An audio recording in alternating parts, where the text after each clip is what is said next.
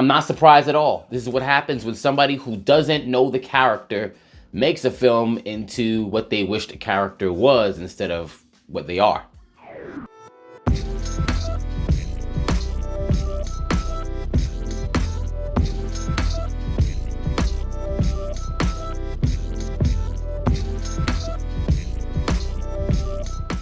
Hey, what's up, nerd fam? This is your boy Gashawn. I want to welcome you to Enter the Nerd. Today, we speak on Black Adam. A bit late. It's been a little busy for me, but let's get to it. So, the Black Adam film has been out for a little over a week. I think I saw it the first Friday that it came out, and what I saw, I'm not surprised. Exactly what I thought it would be, which is like a Dwayne Johnson passion project about a character that looks like he knows very, very little about.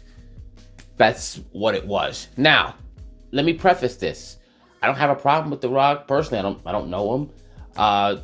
Do I enjoy some of the movies he's in? Of course. Was I one of the many people, probably like yourself as a kid, who saw him, when he was a wrestler doing his thing? Yup. Do I think that actually look-wise, he plays a very good Black Adam? Yeah. I think he's got the look that, especially when he had hair and all that. That was actually a really good time for him to play Black Adam. But it doesn't look bad on him now as far as the portrayal look-wise, appearance-wise. I don't have a problem with that at all. My issue, number one, was the mischaracterization of the character, right? I even saw, he put up a post right before the movie came out where he was saying that, just probably have my editor put it up there because I'm paraphrasing right now. I don't remember exactly the words, but he was saying that when he was a kid, he remembered reading his first Black Adam comic and loved the fact that he was a hero of color. And I'm like, a hero of color? I'm like, okay, so this guy's like 50 years old, so let's just say he'd be a kid in the 80s. Black Adam wasn't a hero then. He definitely would have been a villain. The further back you go, because I'm not going to say they didn't have almost like a redeemed villain arc back where Jeff Johns and all that was starting to get their hands on him, but he was still a villain, and he always leaned more on the side of villainy. Even in the New 52, he's more of an anti-hero, but he's always an antagonist towards Shazam. And speaking of Shazam, Shazam is noticeably missing in all of this, which doesn't make any sense because they are intrinsically tied based off of the person who gives them powers, the wizard, right? Who makes an appearance in this movie in a brief cameo in the past. But it's like, if you have that going, why is Black Adam's first appearance in his own movie and not, let's just say, Shazam 2, which makes the most sense, right? He already was brought up in the first Shazam movie as someone who was too powerful and they had to punish, which they kind of echo that in this movie. Yet he's here, and Shazam is nowhere to be found, which doesn't make any sense even within the continuity that's already set up by way of the Shazam movie. However, before I get to the continuity part, because honestly I think that's the biggest problem that the entire DCEU has, which is the real question is what continuity is there really, right? But we can just get onto some of the characters, right? So we have Hawkman in the movie, who obviously in the comics, there's quite a bit about him as far as him being reincarnated from many, many lives, which wasn't touched on at all, which I thought was a huge waste.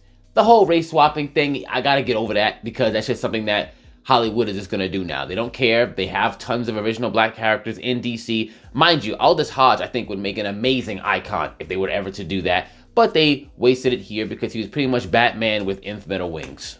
That's what he was. You had Dr. Fate here. You had Atom Smasher and Cyclone. Don't know why they killed Dr. Fate. Not really sure. That's someone who should be overarching figure in the entire DCEU. But that would require them having foresight and wanting to universe build. But this film wasn't about universe building. It was about whatever the hell we were looking at for these almost, what is it? It was about 2 hours, something like that. Whatever amount of runtime this had, it was just about that. There was no real future thinking unless it was just to serve whatever The Rock wants to play. Or Dwayne Johnson, whatever we're calling him. I'll just call him The Rock because it's shorter, right? Cyclone, another race swap character. For what reason? I don't know. What role does she really play in this?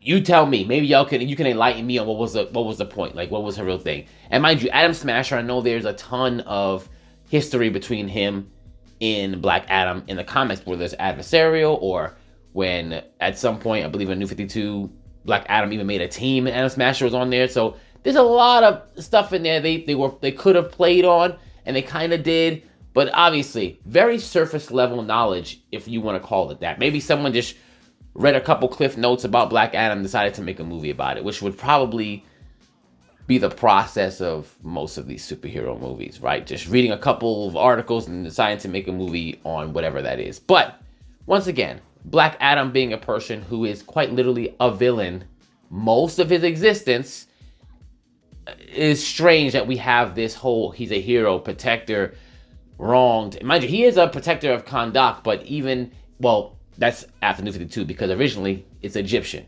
And I think his original story about him being someone who was a hero, but then being turned kind of evil by the Wizard's daughter, which would be a cool plot line, that he's kind of misunderstood, and now that you thought he was evil, he got messed up by the daughter, he comes back, he's angry, especially with the whole Theo Adam story, where his, like, a reincarnated form of himself gets the whole power, it says Shazam, and now there's like two different personalities like fighting within one body. That would be even cooler, because then you could also explain where the villainous part comes in and where the heroic part comes in. But it's not, oh, he's been a hero from the start, but just wanted vengeance, has been wronged. That's not the character. It isn't the character, just straight up. And that's just me understanding the continuity. There's several continuities, by the way. DC, even in the comics, has a ton of stuff to follow, which could get complicated. I get it. But this guy doesn't know the character, made a movie about a Black Adam that I don't really understand. Even the people who are the villains of the movie, Intergang. Intergang is like a crime syndicate that's like Metropolis based, that got powers from Darkseid's planet Apocalypse to be able to fight Superman and do a whole bunch of crazy stuff. And they actually could have had a cool story. You could have made them like a literal crime family. But instead, they were like this random syndicate that took over an entire country, and nobody stopped them, even before Black Adam gets resurrected. You mean the Justice Society couldn't have gone in there and done something? I mean, if we're in the same place where the Justice League exists, i.e. the ending when Superman appears, why wouldn't any of them have come to save this country? Why would they be okay with this forced occupation by this? I don't know. Especially in the world of superheroes, it doesn't really make any sense. Especially Amanda Waller, who has Task Force X. Well, they got disbanded in Peacemaker, but then she has the Justice Society, and apparently she also has a direct line to Superman, where she can just call him at any time to fight somebody who he probably would have came and spoke to while Black Adam was doing a whole bunch of stuff, rather than just when he got called. Whatever. It's just very strange. But I guess this brings me to my biggest part of this movie, which is when it comes to continuity. Where exactly are we here?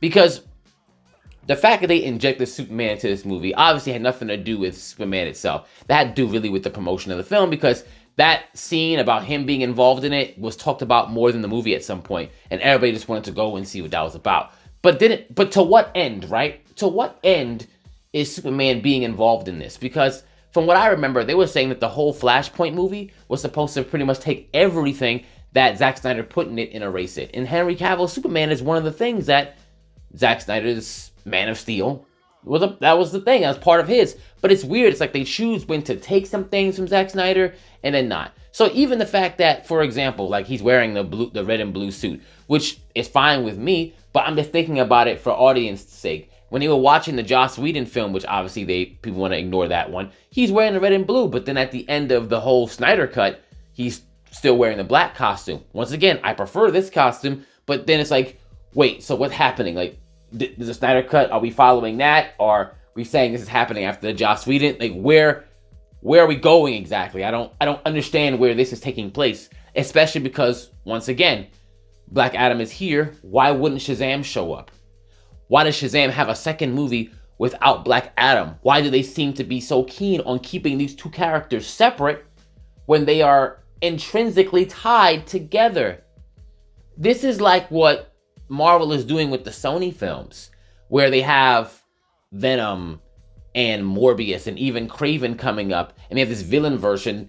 All of these characters are tied to other ones, and they're trying to have them stand on their own, whereas all their important stories are tied to another. I don't understand why they're doing that. They're leaving a lot of story on the table. Even with the whole ISIS thing, because Adriana, the mother that you see in there, she turns into ISIS eventually, which she's Egyptian in the comic, and she gets like the amulet of ISIS, and she gets powers herself. There's a whole crazy thing with that, but she was also like a slave to like Intergang. It was kind of a weird thing. They're probably not going to do that just because they feel like it's probably offensive to have a woman be a slave or whatever like that. But I mean, Intergang is Intergang. If it's a crime syndicate, they're going to do some ugly things, right? So maybe that's where they're going to go in the second movie, because they're saying they want there to be a Black Adam 2. But in my opinion, there probably shouldn't have been a Black Adam 1 for me, because he needed to be in those films. He is tied to somewhere else, and there are other. He actually was even what was it, the Legion of Supervillains or something like that, or people always forget about this, but this is like around JSA time where he had like his own like Legion of Villains as well. So it's like they try to make it seem like he's the Punisher but with powers, but that's really not who he is. And I know you hear me repeating that over and over again, but it's a big thing where this, the star of the movie is talking about this character is this, people can identify themselves with this character. And it's like, you don't even know the character.